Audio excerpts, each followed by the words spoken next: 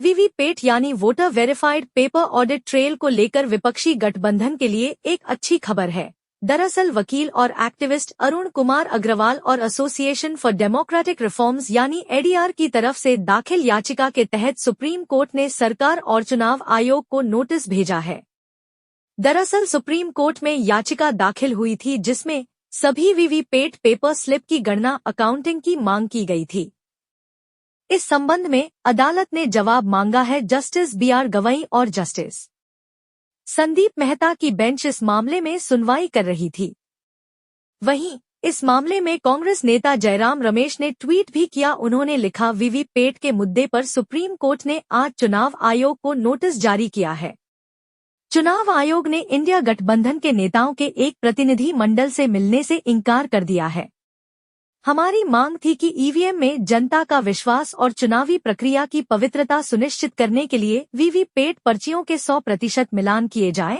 इस संबंध में ये नोटिस पहला और महत्वपूर्ण कदम है, लेकिन इसकी सार्थकता के लिए चुनाव शुरू होने से पहले ही मामले पर निर्णय लिया जाना चाहिए। बता दें, voter verifiable paper audit trail एक स्वतंत्र वोट वेरिफिकेशन सिस्टम है जो वोटर्स को ये देखने की अनुमति देती है कि उसका वोट उसी उम्मीदवार को गया है या नहीं जिसे उसने वोट दिया है। वीवीपैट के जरिए मशीन से कागज की पर्ची निकलती है जिसे मतदाता देख सकता है और इस पर्ची को एक सीलबंद डिब्बे में रखा जाता है और विवाद की स्थिति में से खोला जा सकता है। सुप्रीम कोर्ट में दायर याचिका में कहा गया है कि रैंडम यानी बगैर किसी विचार के 5 ईवीएम इलेक्ट्रॉनिक वोटिंग मशीन चुनने के बजाय सभी वीवीपैट की गणना होनी चाहिए। याचिका में चुनाव आयोग के उन दिशा निर्देशों को भी चुनौती दी गई है जिसमें एक के बाद एक वीवीपैट वेरिफिकेशन की बात कही गई है।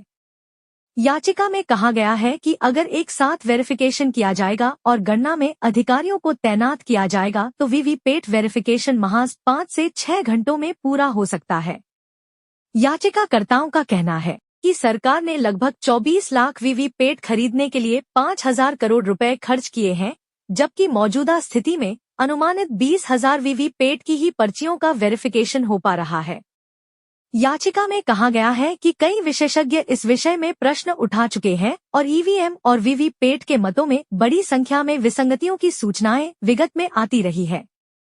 याचिका में सुप्रीम कोर्ट से मांग की गई है कि ईवीएम के वोट का मिलान वीवीपैट की पर्ची के साथ कराया जाए। वीवीपैट की पर्चियों की पुष्टि बारी बारी से कराने के आयोग की अगस्त 2023 के दिशा निर्देश को निरस्त किया जाए। आयोग को निर्देश दिया जाए कि वो मतदाताओं को वीवीपैट की अपनी पर्ची को मतदान के बाद एक अलग मतपेटी में डालने की अनुमति दे और आयोग वीवीपैट मशीन के शीशे को पारदर्शी रखे और मतदान करते समय उसकी बत्ती इतने समय तक जलती रहे कि मतदाता अपने मत की कागजी रिकॉर्डिंग को आराम से देख सके और उस पर्ची को फाड़कर अलग पेटी में डाल सके। बीजेपी ने आने वाले लोकसभा चुनाव के लिए अब की बार 400 पार का नारा दिया है। इसको लेकर सवाल भी उठने लगे हैं। हाल ही में आरजेडी नेता तेजस्वी यादव ने कहा था कि बीजेपी वाले 400 पार कह रहे हैं। क्या ईवीएम में पहले से ही सेटिंग है? वैसे भी पिछले कुछ सालों में देखा गया है कि जब भी बीजेपी की जीत हुई है वहां विपक्ष ने ईवीएम टैंपरिंग का आरोप लगाया है। इसीलिए जब सुप्रीम कोर्ट ने इस मामले में चुनाव आयोग और सरकार से जवाब मांगा तो विपक्षी इंडिया गठबंधन खुश दिखा।